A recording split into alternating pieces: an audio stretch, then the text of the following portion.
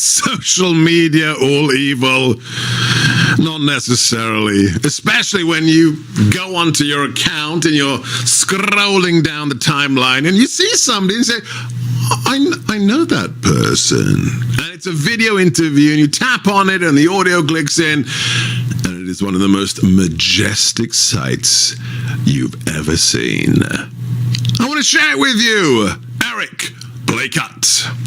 I think the fitness that we should worry about is that of Joe Biden under the 25th Amendment. We know that he stumbles on his words incessantly. He appears to be in the early stages of Alzheimer, perhaps dementia. Having lived with two grandparents with it, it's very apparent to me to see. So I think if we're going to start talking about the 25th Amendment, let's be very careful what happens next. I just got to put it to you finally. I know you're in Jupiter, Florida, but I think many British viewers in particular will think you are living on another very strange planet which has lost touch with right and wrong and political morality. What would you say to them? Well, your quippy one-liners don't hurt me very much. And what I tell you is 70 plus a million Americans voted for President Trump. And those are people just like me, who have family that has served in the military, who paid for everything that we've ever earned in our life. I wasn't handed anything by anyone. And I am an American who has traveled all over the world and respects Great Britain and respects Australia and respects every corner of our world. I am the person who supports those who fight our wars and pay our taxes. So for you to call me anything less than a proper, God-fearing, God-loving American who loves this country and loves our flag, it's shameful and disgusting. Wow. That, my friends, is how it's done. And who was that? I hear you clamor. Well, she's on the show right now. She is, of course, Erin Elmore, Esquire, Executive Director of USA Strong and contributor at Turning Point USA. Erin, first things first, I doff my hat at you. Tell us how that interview came about, and did you rehearse any of that, or was that all just spontaneous America? It was spontaneous America. I have been on that show once before, and he and I'll send you the clip of that as well. He and I had words once before, so I had my big girl pants on, okay? I knew what was going to happen. I was prepared for his vitriol, but I didn't know what he was going to say. I mean, there are a few good nuggets in that clip. Also, he was saying, Joe Biden said if this were BLM as opposed to Caucasian Trump supporters, they would have been treated differently. And I said, you know what? They would have, because the media would have completely ignored it. It would have been completely different. He, of course, wasn't trying to evoke that response, but yeah. And it just shows you how brainwashed the left is. And I have to tell you guys, for those who weren't watching it on our stream, that wasn't some, podunk podcast, no name. That was Adam Bolton on Sky News. That is one of the biggest purveyors of quote unquote news in the UK and elsewhere. How indicative is that of everything that you face every single day in the work that you do at USA Strong?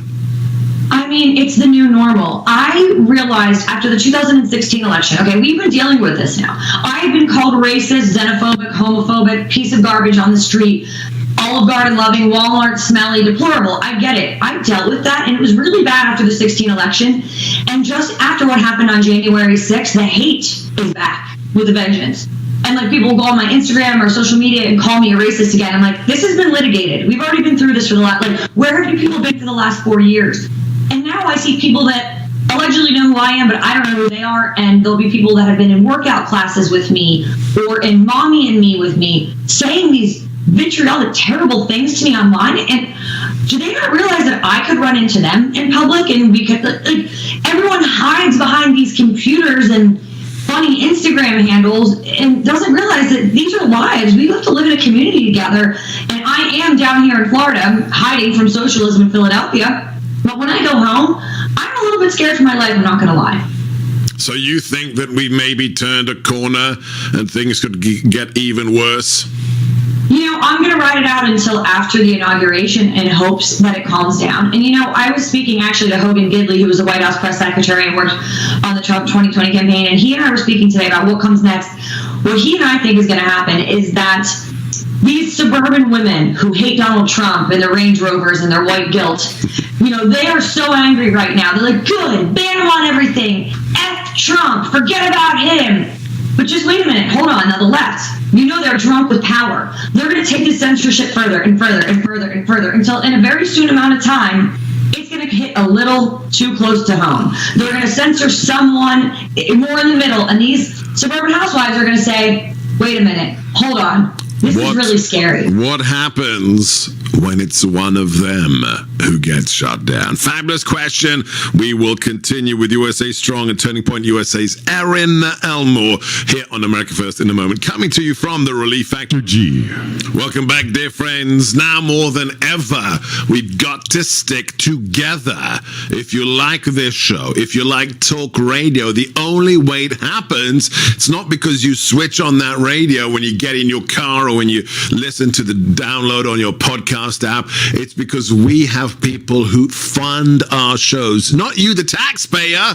American businesses who aren't afraid. And one of the greatest is my friend, Mike Lindell. He's a friend of the president, a very brave lady, a very well-spoken lady, a woman who crushes fake news with just her voice. Executive director for USA Strong and contributor to our buddies at Turning Point USA. Follow her right now on Twitter at Erin Elmore.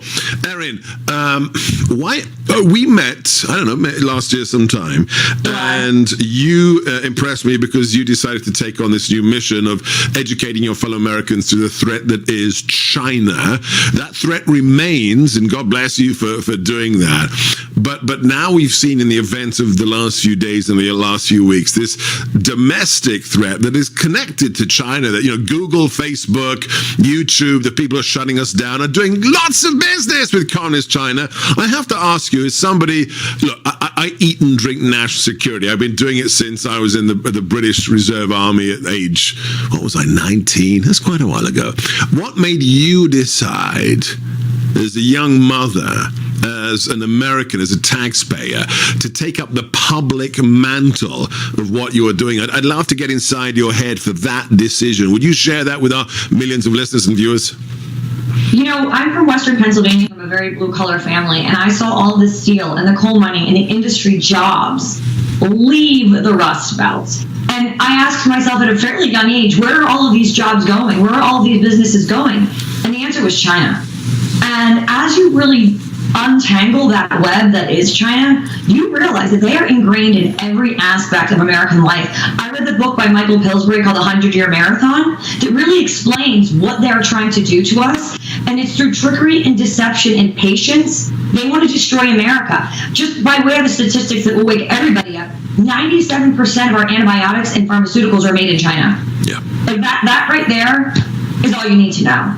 They don't want us to have a democracy. They hate religion. They hate freedom. They hate free speech. And they are trying to destroy us. And when you say this to a relatively educated, erudite American, they'll say, Joe Biden is not in bed with China. China doesn't want to destroy us. And I always tell them to read your book. I tell them to read You Will Be Assimilated and The 100-Year Marathon, because these books tell you just what China wants to do to us. And with Joe Biden at the helm, I don't know what America really looks like. We're on a hegemonic decline. And they're just implicit and complicit with China because it pays their bills. Indeed, it does, and they have no moral qualms with getting in bed with the world's largest communist dictatorship. Thank you for those kind words. Really, listen to this woman. Educate yourself. Michael Pillsbury wrote, it's a little paperback. It went around the White House, dog-eared copies of it for the first year of the administration. Everybody read it. It's a 100-year marathon. It's about China. Then you have our buddy, David Goldman, who's been on the show every single month, who writes about these issues and has for decades. That book is You Will Be Assimilated. And then the last two of my books, the second one, Why We Fight, is a whole chapter on the Chinese threat, and then of course The War for America's Soul. So don't just rely upon social media, increasingly a problem. Read. In the last 2 minutes we have you, Erin, please follow her.